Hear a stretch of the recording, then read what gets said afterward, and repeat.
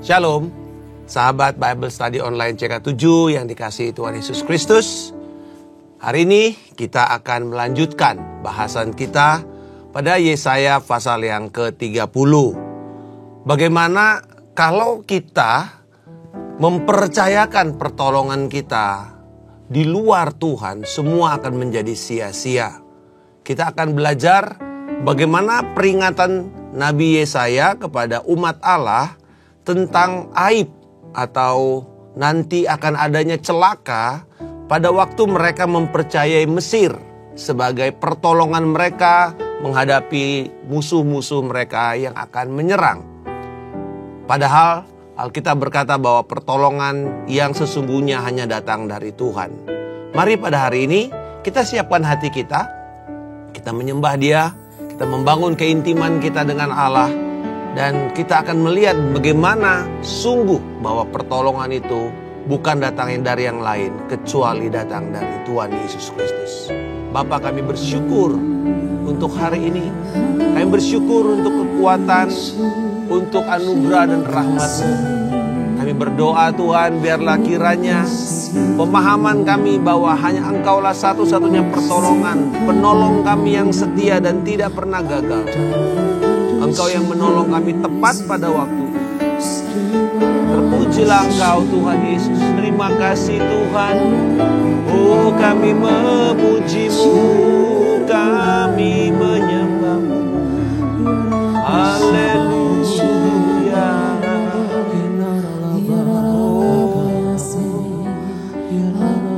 Thank you Lord. Saat ku berjalan, kasih-Mu menerangi langkahku. Takut bimbang, karena ku tahu Kau bersamaku.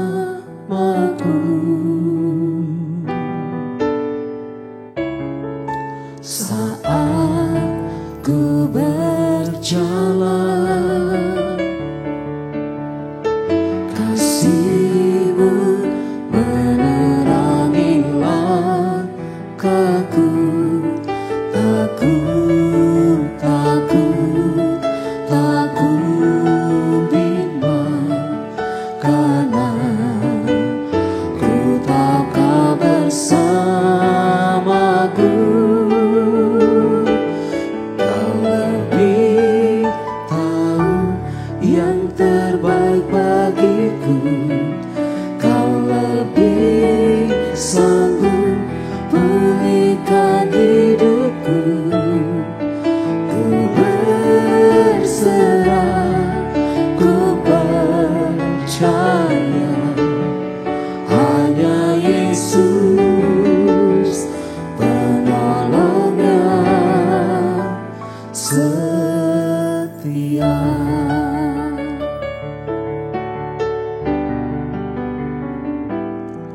Saat ku berjalan,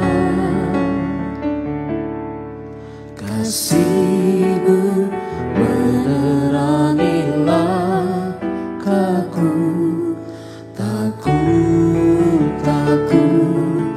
Takut bimbang, karena ku tahu Kau bersamaku.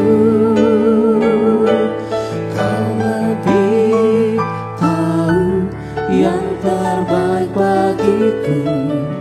Kau lebih sanggup pulihkan hidupku.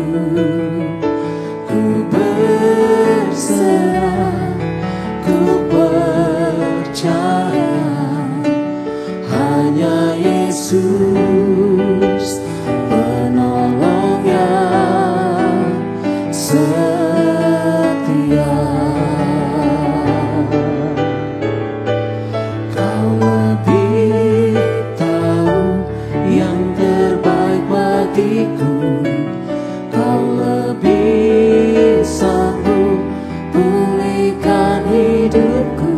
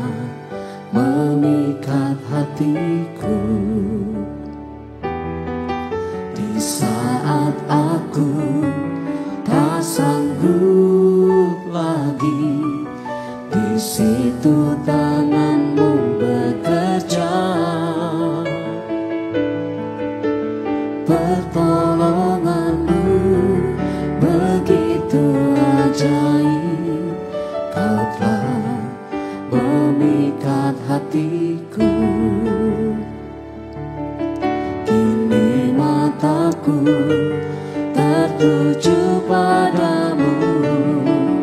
Ku rasakan kasih-Mu Tuhan. Pertolongan-Mu begitu ajaib.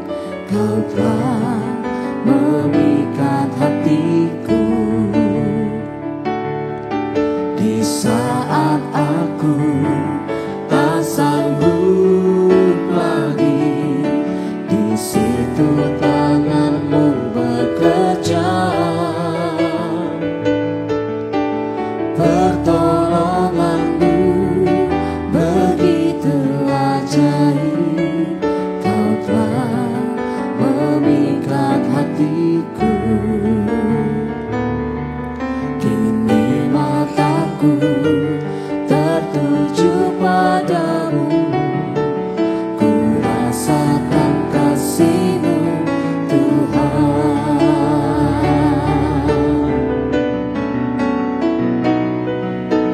Pertolongan-Mu begitu ajaib.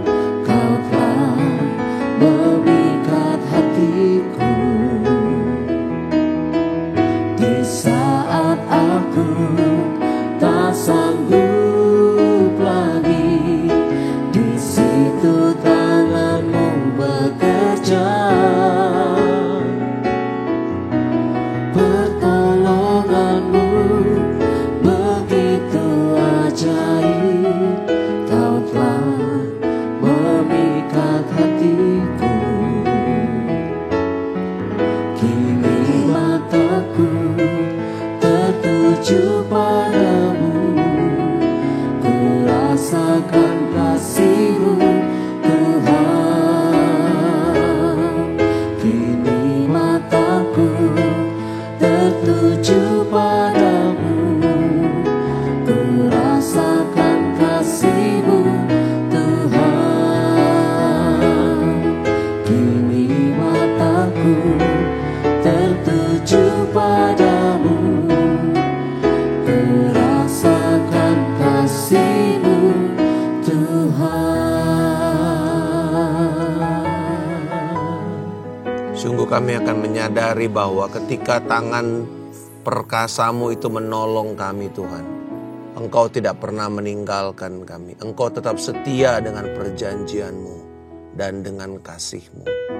Terima kasih Bapa. Biarlah ini menjadi penguat ketika kami belajar firman-Mu pada hari ini. Dan kami akan memutuskan bahwa pertolongan kami bukan datang dari yang lain, kecuali dari Tuhan yang telah menyelamatkan kami di dalam Kristus Yesus. Dalam nama Yesus kami berdoa. Amin. Saudara-saudara sekalian, Yesaya pasal yang ke-30 ini merupakan bagian dari aplikasi prinsip-prinsip yang sudah dipaparkan oleh Nabi Yesaya dalam nubuatannya dari pasal 28 dan 29. Dan penerapan ini bisa kita lihat langsung pada waktu bangsa Yehuda sedang menghadapi konflik tripartit, yaitu konflik antara Yehuda, Mesir, dan Asyur yang terjadi sekitar tahun 704 sampai 701 sebelum Masehi. Pada waktu ini para pemimpin mengutus, saya nggak tahu apakah Alkitab tidak mengatakan apakah Raja Yehuda yang menginisiasi, tetapi di sini dikatakan bahwa dikirimlah utusan kepada Mesir. Dan ini ternyata merupakan sebuah kebijaksanaan, sebuah policy yang justru tidak benar di hadapan Tuhan. Nah, saudara-saudara, dikatakan di sini bahwa pertolongan itu bukan dari Mesir, tetapi datang dari Tuhan. Dari mana kita bisa melihat? Mari kita melihat pernyataan daripada Nabi Yesaya ini yang merupakan pernyataan atau pesan Tuhan. Yaitu dikatakan di dalam ayat yang pertama ini ada 2 kali dikatakan bukan dari Tuhan. Yaitu pertama, sungguh celaka anak-anak yang suka memberontak demikian firman Tuhan, yang melaksanakan rancangan yang bukan dariku. Jadi pertama mereka melakukan semua rencana-rencana yang bukan datang dari Tuhan. Yang kedua, yang memasuki persekutuan yang bukan oleh dorongan rohku. Jadi membuat sebuah persepakatan, permufakatan, persekutuan, atau mungkin aliansi, merger gitu kalau bahasa sekarang. Yang bukan oleh dorongan roh Tuhan, tetapi mungkin oleh kemauan sendiri. Dan yang ketiga dikatakan di dalam ayat yang ke-5b, bahwa mereka tidak dapat memberi pertolongan dan tidak dapat memberi manfaat atau faedah, tetapi hanya mempermalukan. Nah, di sini baru dikatakan hasil dari orang yang tidak melakukan berdasarkan pertolongan dari Tuhan, dorongan dari roh Tuhan, maka mereka akan melihat kekecewaan, bahkan dipermalukan dari sumber pertolongan yang mereka dapatkan itu. Dikatakan tidak akan bisa menolong mereka, bahkan tidak akan memberi manfaat. Nah, kalau kita lihat bagaimana para pemimpin ini gagal, di dalam ayat 1-5 ini adalah keputusan yang dilakukan dari sikap pemberontakan. Jadi bangsa Yehuda pada waktu itu dengan terang-terang melakukan pemberontakan di mata Allah dengan memilih untuk melakukan aliansi, persekutuan, perang dengan Mesir untuk melawan nanti musuh-musuh mereka. Dan ternyata dikatakan bahwa di dalam ayat 9-11 mereka ini dengan jelas menolak perintah Tuhan. Kembali lagi dikatakan tentang pemberontakan. Jadi ingat saudara-saudara bahwa ketika orang itu sudah menjadi tidak taat, Alkitab tidak mengatakan cuma sekedar dia tidak taat, tetapi dia adalah pemberontak. Sebab mereka itu bangsa pemberontak. Lalu bukan cuma pemberontak, ada dosa berikutnya yang menyertai. Anak-anak yang suka berdusta. Anak-anak yang enggan mendengar pengajaran Tuhan. Nah ini, kalau orang itu sudah menutup telinganya, mengabaikan pengajaran firman, itu sebenarnya adalah tanda pemberontakan. Orang yang sudah tidak mau, sudah tidak tertarik, ya mereka tahu sebelumnya firman, tapi mereka tidak mau tertarik lagi. Itu menunjukkan tanda-tanda mereka sedang beralih dari Tuhan kepada yang lain. Yang mengatakan kepada juru tilik jangan menilik, kepada para nabi atau pelihat jangan lagi kamu memberikan kepada kami apa yang perlu kami dengar. Semua nubuatanmu itu muluk-muluk, kira-kira begitu. Dan di sini mereka udah jelas-jelas mengatakan sudahlah kami tidak perlu jalannya Tuhan. Dengan sebuah pemberontakan terbuka. Nah, akibatnya inilah yang membuat penghakiman Tuhan itu turun kepada mereka. Di dalam ayat yang ke-7, kembali di atasnya itu, kepada sumber pemberontakan, kepada sumber pertolongan yang bukan dari Tuhan, dalam konteks ini adalah Mesir, dikatakan kepada Mesir yang memberi pertolongan yang sia-sia dan tidak berguna, aku menamainya Rahab, raksasa yang duduk diam saja. Kita tahu bahwa Mesir itu adalah sebuah kekuatan militer yang hebat.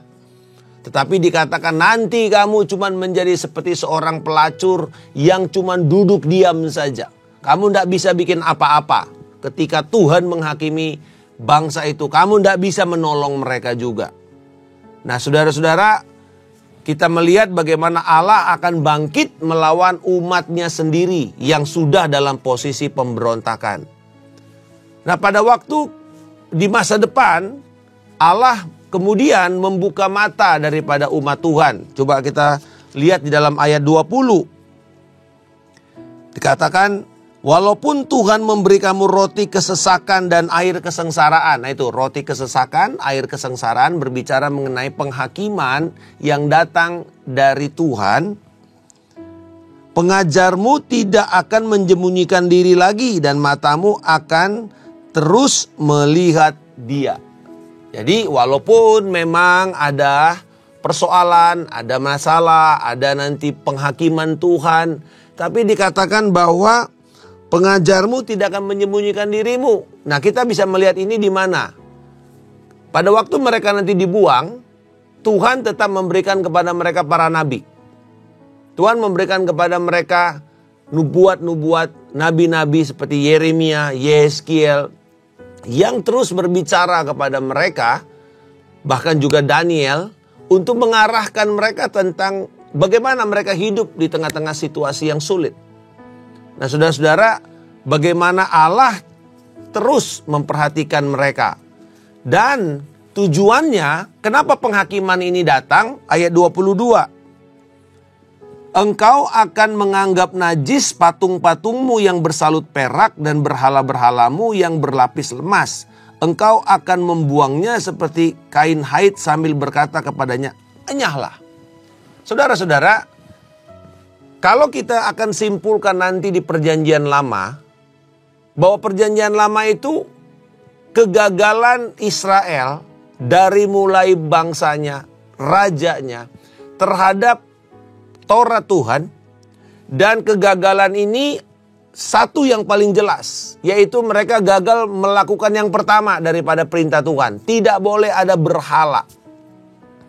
Jadi perjanjian lama adalah gambaran kegagalan bangsa Israel karena tidak mampu untuk menggenapi atau memenuhi tuntutan hukum Taurat, terutama berhala.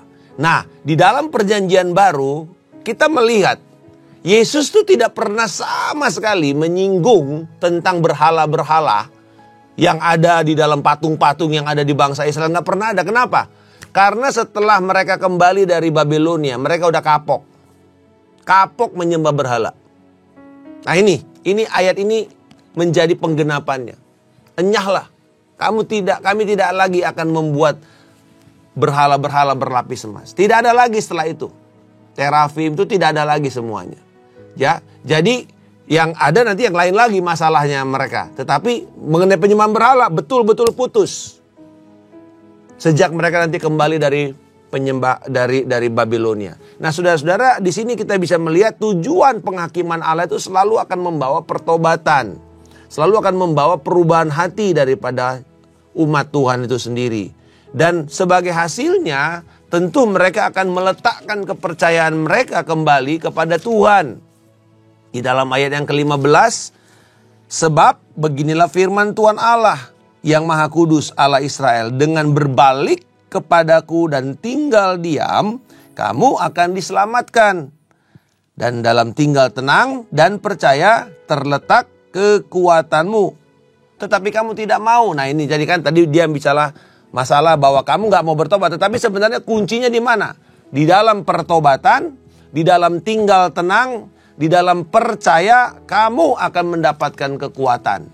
Lalu ayat 29 menjadi penutupnya, dikatakan nanti, kamu akan bernyanyi seperti pada waktu malam, waktu untuk menguduskan diri untuk perayaan, dan hatimu akan bersuka cita seperti pada waktu orang berjalan mengiring diiring suling hendak naik ke gunung Tuhan, ke gunung batu Israel.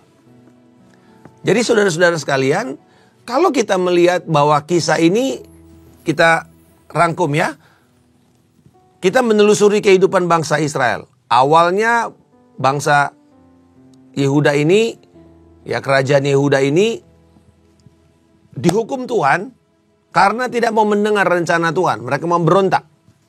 Kemudian mereka menolak pesan Tuhan. Ayat yang ke-12, mereka menolak pesan Tuhan.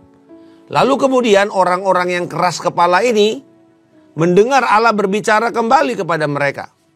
Bahwa nanti kamu akan ditolong pada waktu kamu mengalami penghakiman. Dan kemudian mereka merespon dengan melihat bahwa ternyata ada tangan Tuhan yang agung yang akan mengalahkan musuh mereka, yaitu Asyur. Ayat 30-31 sebagai paragraf yang terakhir ini dimulai dengan Tuhan akan memperdengarkan suaranya yang mulia.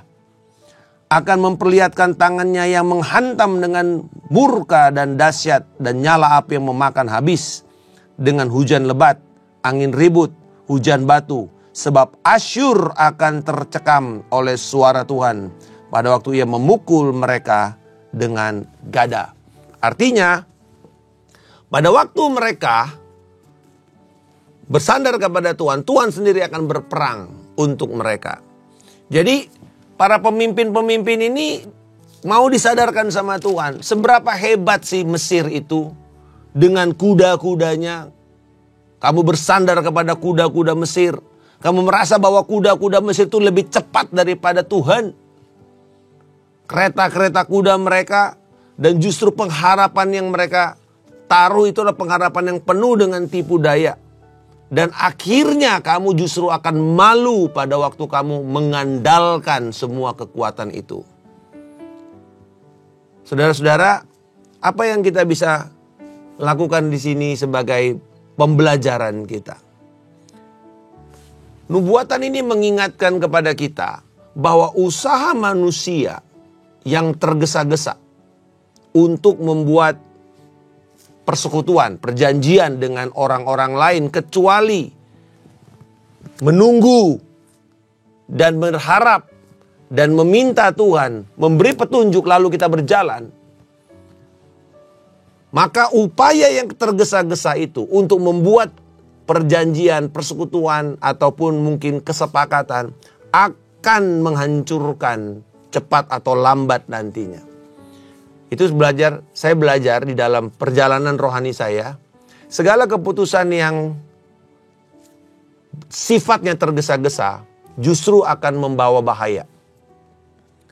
Bahkan kalau ada yang bilang, ayo cepat sekarang aja bayar sekarang, nanti hilang. Justru saudara mesti tahan.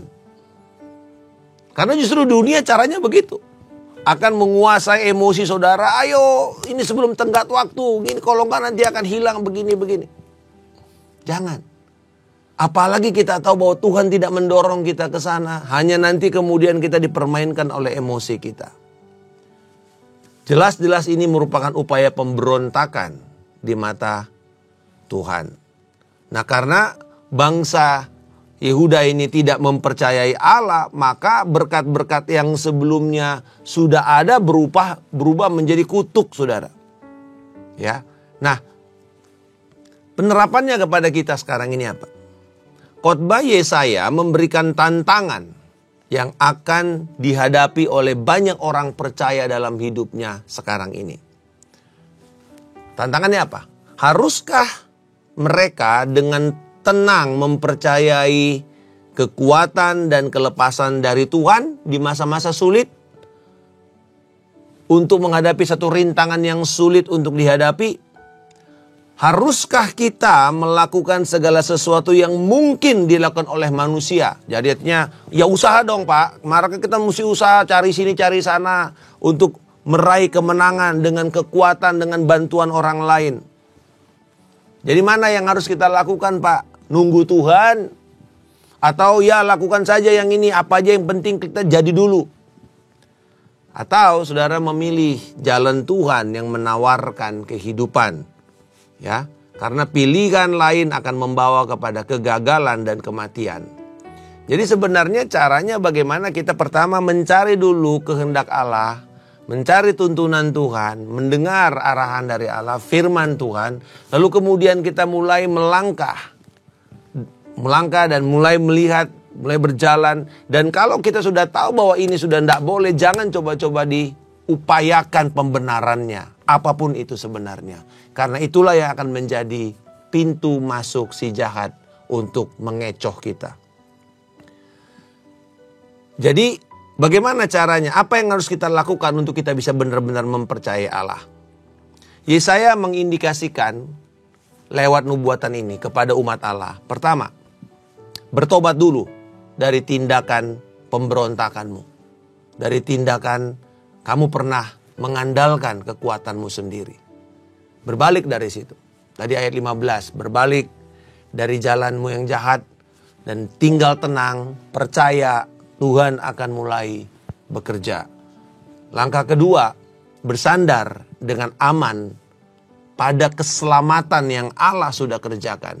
Dalam hal ini, Kristus yang sudah melakukan kepada kita lebih dahulu. Dia yang sudah berjalan di depan kita.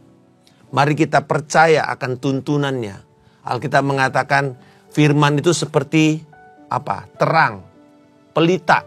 Pelita itu Bapak Ibu bukan lampu sorot. Pelita itu bukan lampu tembak 1000 watt, bukan. Tetapi lampu lilin, teplok yang kecil. Bukan bahkan lilin LED seperti yang sekarang kita pikirkan. Tidak. Yang gampang tertiup angin sehingga kita mesti protect. Dan itu hanya bisa menerangi satu step, satu langkah di depan kita. Demi satu langkah di depan kita.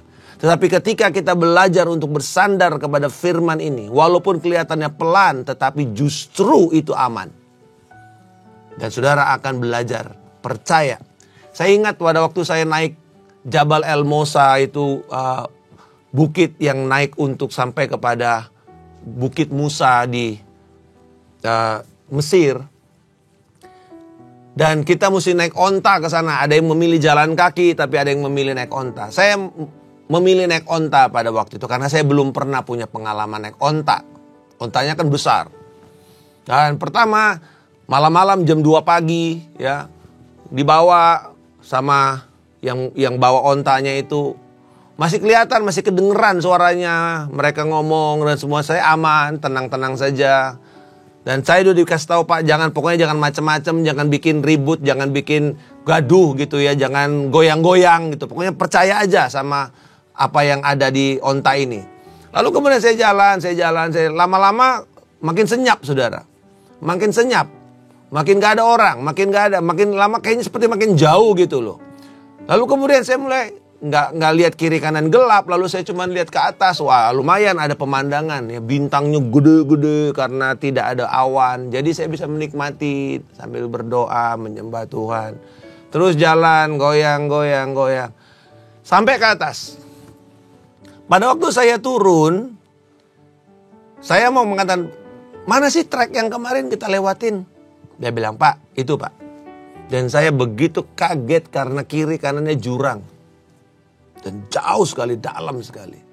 Saya cuma belajar bagaimana sungguh pada waktu seperti itu. Nggak ada satupun yang kita bisa andalkan. Kita cuma datang dulu. Itu yang namanya resting itu seperti itu.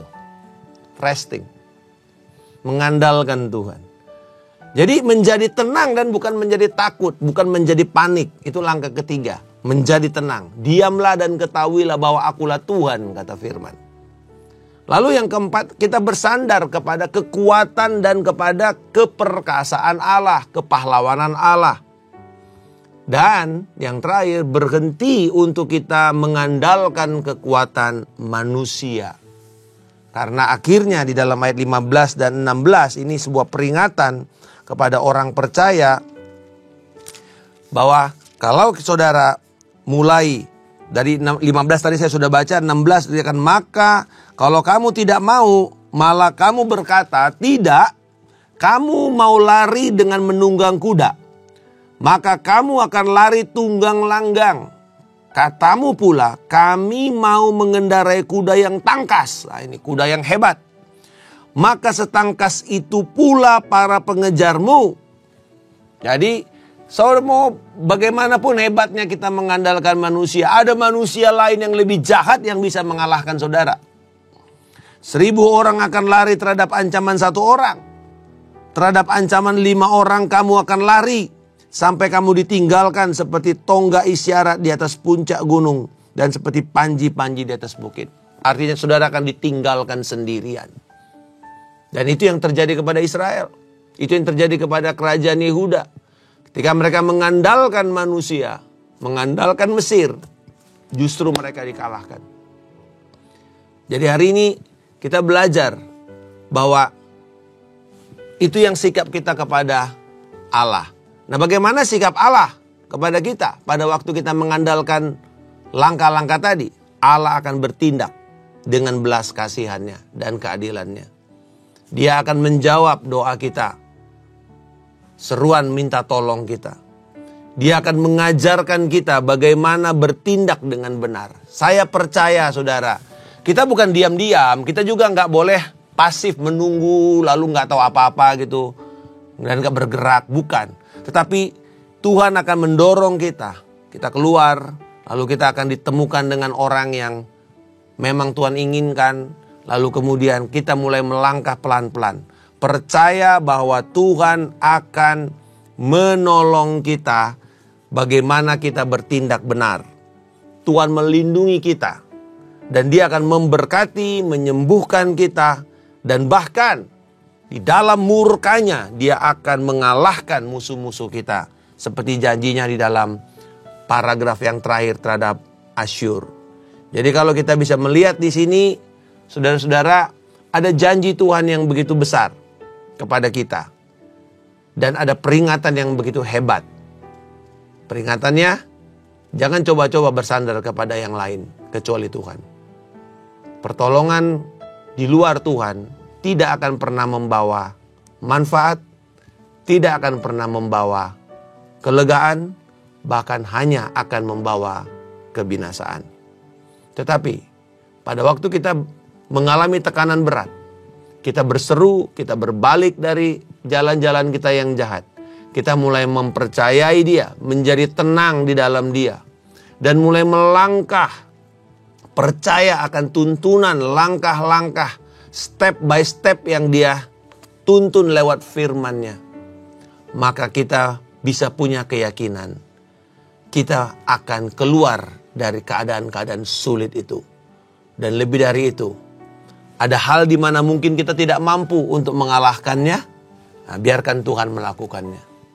Sebagaimana Dia bekerja dengan suaranya yang mencekam terhadap musuh-musuhnya, dalam hal ini Asyur, maka hal yang sama Tuhan akan memperdengarkan kembali suaranya kepada kita. Tuhan akan memberikan kepada kita semangat dan otoritas yang membuat kita mengatakan, Tuhan berada di pihakku. Kepada siapakah aku harus takut? Bila Tuhan yang menyertai aku tidak akan gemetar. Biarlah kiranya pelajaran hari ini akan sungguh mengingatkan kepada kita, pertolongan kita yang terbaik hanya datang dari Tuhan Yesus Kristus. Dia yang telah lebih dahulu berjalan di depan kita. Dia yang telah lebih dahulu mengalahkan semua musuh-musuh kita. Bahkan musuh terbesar yaitu maut, dosa. Dan hari ini kita bisa berjalan di jalan kebenarannya dan percaya bahwa Dia menjadi pertolongan kita yang bisa kita andalkan. Tuhan Yesus memberkati. Sampai bertemu di pelajaran berikutnya. Shalom.